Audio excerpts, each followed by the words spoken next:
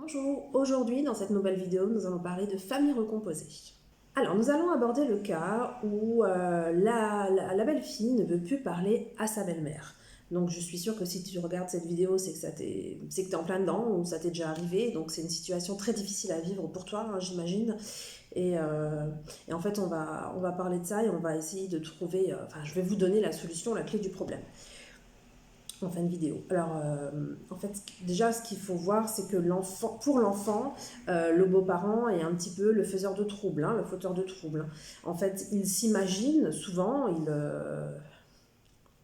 même s'il va dire non à ses parents, non, ce n'est pas le cas, souvent il s'imagine que le couple parental, papa-maman, peut revenir si le beau-père ou la belle-mère n'est plus présent. Donc du coup, ils vont prendre vraiment le beau-père ou la belle-mère en grippe. Ça arrive quelquefois, hein, surtout quand ils sont petits, même plus grands à l'adolescence. En fait, ils ont toujours ce fantasme qui revient. Hein. Des fois, ils le comprennent, mais ce fantasme est toujours... il traîne en arrière-plan dans leur tête. Hein. Ils se disent... Oh, ils ont des fois ce fantasme-là, même s'ils ne se l'avouent pas à eux-mêmes. Hein. Et du coup, ils prennent en grippe le beau-père ou la belle-mère. Et ensuite, quand le courant ne passe pas, quand il y a des différences au niveau de l'éducation, ou alors on peut leur donner tout l'amour qu'on veut, ils ne veulent pas le recevoir, ils le refusent. Parce qu'en fait, ils ne supportent pas notre place, hein, ils ne supportent pas notre place auprès de leur père, quelquefois. Et il peut y avoir de la jalousie, il y a tellement de sources hein, dans l'esprit de l'enfant, du fait qu'on est celui qui marque le deuil, la belle-mère. Hein, moi je me place en tant que belle-mère, j'imagine, pour mes beaux-enfants, même si moi ça se passe très bien, mais ça pourrait être le cas, ou ça pourra peut-être venir plus tard, j'espère pas, mais bon, ça pourra venir. Ils nous placent dans celui qui sépare le papa et la maman, hein, même si ce n'est pas le cas. Souvent ils fantasment encore là-dessus. Des fois ils sont jaloux aussi de notre place parce qu'on est proche du papa. Et ils sont jaloux aussi parce qu'ils ont envie de nous avoir des fois pour maman. C'est possible aussi. Ils représentent peut-être... La façon dont on éduque les enfants peut représenter un fantasme pour eux de se dire oh, j'aimerais avoir tout cet amour. Et même si on essaye de leur donner, des fois c'est compliqué de les atteindre parce qu'ils ont une maman de l'autre côté et du coup ils se refusent notre amour par loyauté pour leur mère. Hein. Enfin bref, tout un tas de situations qui font que l'enfant peut nous rejeter. J'ai discuté avec une maman il n'y a pas longtemps qui m'avait envoyé un mail sur mon site internet. Hein. Vous pouvez aller voir mon site internet et du coup vous avez une rubrique contact. Cette maman m'avait envoyé un message et elle m'expliquait que chez elle, elle avait une belle-fille qui elle avait 12 ans à peu près. Et bon, je lui ai demandé son avis avant d'en parler, elle m'a donné son accord. Hein. Et en fait, la belle-fille, l'ignorait complètement quand elle était à la maison. Elle passait à côté d'elle, elle faisait comme si elle n'était pas là. Des fois, quand il y avait des frictions, quand elle lui demandait de faire quelque chose, elle ne l'écoutait pas. Et elle a dit, la pire des choses, c'était... au départ, ça a commencé par répondre, par être froide. Après, il y avait l'ignorance totale. Et ça a créé beaucoup de bouleversements chez la belle-mère parce qu'elle aimerait se rapprocher d'elle, mais plus elle essaye de se rapprocher, plus sa belle-fille s'éloigne. Donc ce qui se passait, c'est que la belle-mère, elle commençait à avoir peur parce qu'ils avaient la garde alternée de cette petite. Hein, et la belle-mère commençait à avoir peur quand la semaine de garde arrivait parce qu'elle disait « Oh, comment que ça va se passer ?» Elle commençait à angoisser, elle essayait d'imaginer des situations. Elle m'a demandé de l'aide vraiment clairement, quoi. Hein. Et je lui ai demandé comment que ça se passait au niveau du papa, quels étaient les rapports de la jeune fille avec le papa. Avec le papa, ça se passait très très bien. Alors, elle discutait normalement avec son père, elle lui faisait plein de câlins, elle lui donnait de l'amour, elle avait une relation très fusionnelle. Donc, elle était en train de revivre son complexe d'Oedipe hein, qu'elle avait fait à l'âge de 5-6 ans, elle était en train de le refaire à 12 ans. Sûrement avec les hormones de l'adolescence et tout ça, ça revenait en force, quoi. Hein. Et ensuite, je lui ai demandé, oui, mais d'accord, mais... et comment réagit le père ?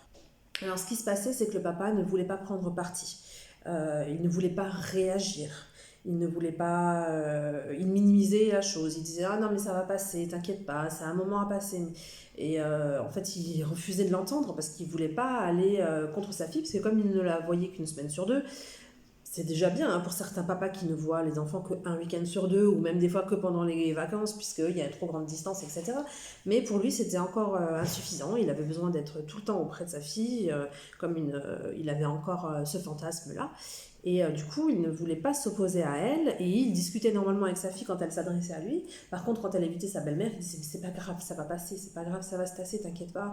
Euh, avec le temps, ça passera. Continue à discuter avec elle, continue à faire comme si de rien n'était, puis avec le temps, ça passera, pardon. Et malheureusement, avec le temps, ça ne passait pas, ça ne faisait que s'empirer. Et la belle-mère, elle me disait, mais c'est quand même incroyable, moi quand je regarde autour de moi, bah, je vois mes copines qui sont en famille recomposée, bah, ça se passe bien. Pourquoi moi? Pourtant, j'essaye d'être gentille avec elle, j'essaye de l'accueillir correctement, j'essaye de faire des activités, je m'intéresse à elle, et pourtant ça bloque toujours. Alors vraiment, elle était désespérée. Alors du coup, j'ai analysé la situation avec elle et je lui ai expliqué, je dis, votre belle-fille, en fait, ce qui se passe, c'est qu'elle est en rivalité avec vous. Elle revit son complexe d'Oedipe et elle est en pleine rivalité avec vous.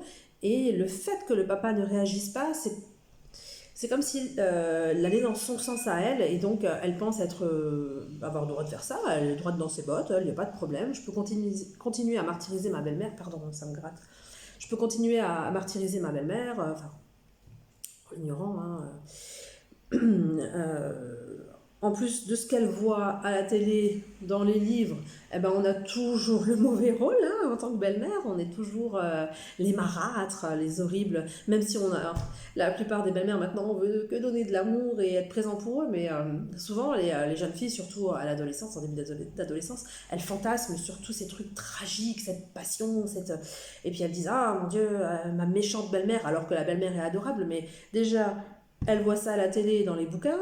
En plus, le papa qui ne réagit pas, bah, elle se dit, bon, bah, je peux continuer, il n'y a pas de problème, hein, papa est avec moi. Et donc, tout ça, ça amène à un cercle vicieux qui fait que toute la haine passe sur la belle-mère et qu'elle n'arrive pas à avoir un lien, à avoir un contact toutes les deux. Alors quand je lui ai parlé de ça, hein, que je lui ai expliqué cette image de marâtre qu'on avait et que les enfants se servent de ça contre nous, hein, parce qu'ils vivent leur conte de fées à eux en se disant oh, la méchante belle-mère, c'est mon papa qui va me sauver, etc. Comme Cendrillon, c'était le prince, mais là, les petites filles s'imaginent le père, hein, puis qu'elles vont le garder pour elles. Quand je lui ai parlé de ça, elle a été un peu choquée. Elle me dit non, mais c'est pas possible, pourtant j'essaye de tout lui donner. Et elle continue à avoir des fantasmes contre moi, elle continue à me détester. Qu'est-ce que je peux faire pour sortir de là? Qu'est-ce que j'ai comme action à mettre en place? Et je lui ai dit, mais en fait, c'est pas vous. Si c'est pas vous qui doit poser l'action. Je dis, il faut réussir à ce que ce soit le papa qui pose l'action. Parlez-lui-en. Parce que si il arrive à vous sortir de ce cercle, vous allez entrer ensuite dans un cercle vertueux. Il faut qu'il passe un petit peu de temps avec sa fille en exclusivité, mais il faut qu'il lui dise stop en fait. Il faut qu'il lui explique les choses. C'est au papa de s'imposer. Alors effectivement, elle lui en voulait de pas s'imposer auprès de sa fille, mais il avait cette peur, hein, parce que en fait, la fille ne venait qu'une semaine sur deux, donc il avait peur de la perdre, il avait peur de l'éloigner encore plus. Mais en fait, c'est ça qui nourrit cette mauvaise relation. C'est ce complexe-là que le papa a, c'est cette peur qu'il a de toujours vouloir ne pas perdre sa fille, toujours vouloir choyer plus sa fille, de faire qu'il y ait une bonne entente, même s'il y a quelque chose qui coince, qui ne va pas. Et en fait, c'est ce complexe-là qui nourrit la mauvaise entente avec la belle-mère. Donc ce que le papa doit faire quand il y a des soucis entre la belle-mère et la belle-fille, il doit aller voir sa fille. Et il peut lui faire des câlins, discuter avec elle, la choyer, lui dire combien il l'aime. Mais après, il faut qu'il y ait une discussion qui soit claire, que les choses soient posées.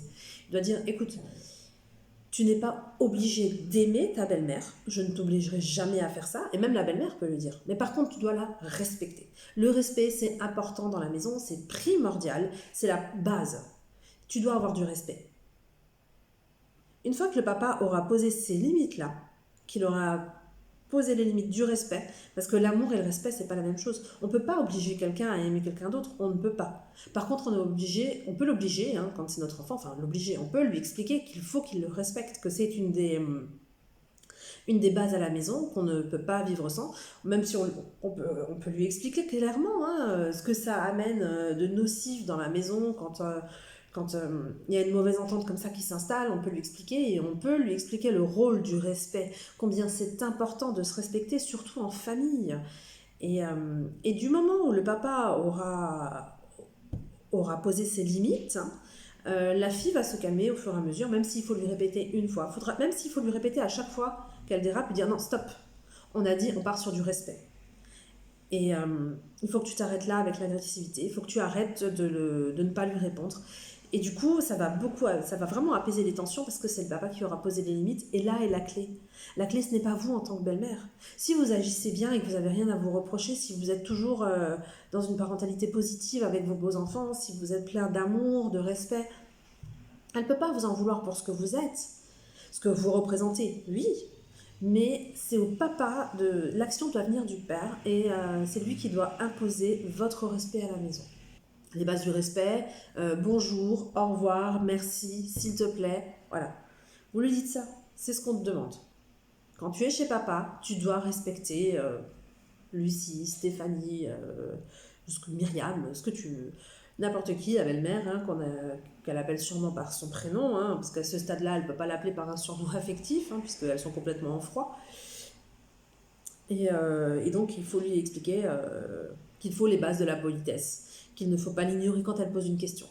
Alors, c'est sûr que le papa qui peut-être travaille, lui, toute la journée, part du matin au soir, bah, c'est peut-être pas lui qui a l'accueil qui a l'accueil des enfants. Hein. Moi, je vois à la maison, bon, on s'est répartis comme ça les rôles, mais c'est pas comme ça dans tous les foyers. Mais souvent, le papa est quelquefois plus absent que la maman à la maison. Donc, il voit pas hein, toute cette haine qui est nourrie, ces portes qui claquent, ces regards en l'air parce que on snobe la personne. Il voit pas tout ça. Donc il faut lui en parler, il faut lui expliquer et il faut qu'il agisse dans ce sens-là, il faut qu'il vous impose dans le respect. Ils ne sont pas obligés d'être dans un amour total avec leur enfant, enfin j'aime pas dire en amour parce que si on est en amour, mais en dévotion totale, du moins, pour l'enfant, sous prétexte que l'enfant n'est pas là tout le temps. Ce n'est pas lui rendre service. Alors sur le coup, oui, ça vous fait du bien d'être en totale dévotion avec lui parce que vous arrivez à vous accrocher à lui, il s'accroche à vous. Il y a cette fusion qui se crée, mais finalement sur le long terme, bah, c'est contre-productif. Ça apporte encore plus de troubles à la maison et pas que pour la belle-mère, pour l'enfant aussi. Donc si le papa n'est pas convaincu de faire ça parce qu'il n'arrive pas à faire couper le cordon avec son enfant dans le sens où il faut qu'il s'impose, il faut qu'il ne soit plus en dévotion totale de son enfant par prétexte qu'il n'est pas là tout le temps. Mais il faut lui ouvrir les yeux, il faut lui en parler, parce qu'en fait, ce qu'il faut mettre au cœur du problème, c'est l'enfant, parce qu'il ne va pas grandir dans de bonnes conditions ainsi. On ne peut pas grandir quand on est chez son papa avec une haine envers sa belle-mère. Ça ne nous nourrit pas. Ça ne va lui apporter que du mal à cette belle fille, là. Ça ne va pas lui faire du bien, elle ne va pas grandir de façon apaisée. En plus, après, il y a l'adolescence qui arrive, il y a les petits mecs qui tournent autour et tout ça, ça va lui créer plein de choses. Mais alors en plus, si elle rentre à la maison et qu'il y a cette haine envers cette belle-mère, c'est compliqué à gérer pour elle. En attendant, voilà ce qu'il faut faire. Il faut continuer à avoir une attitude raisonnable, correcte, ne pas en faire trop, c'est pas la peine. Hein. Les enfants sentent quand on surjoue. Il faut être cool, donner de l'amour sans exagération. Il faut avoir une discussion avec le papa, une phase 2 très importante, lui expliquer pourquoi c'est mauvais pour vous et pour sa fille. Et il faut que le papa s'impose et dise à sa fille, maintenant stop, je te demande du respect et de la politesse. C'est comme ça que ça se passe chez nous. Voilà, j'espère que cette vidéo vous a plu, aura répondu à vos attentes. Je vous dis à bientôt pour d'autres vidéos et en attendant, prenez soin de vous.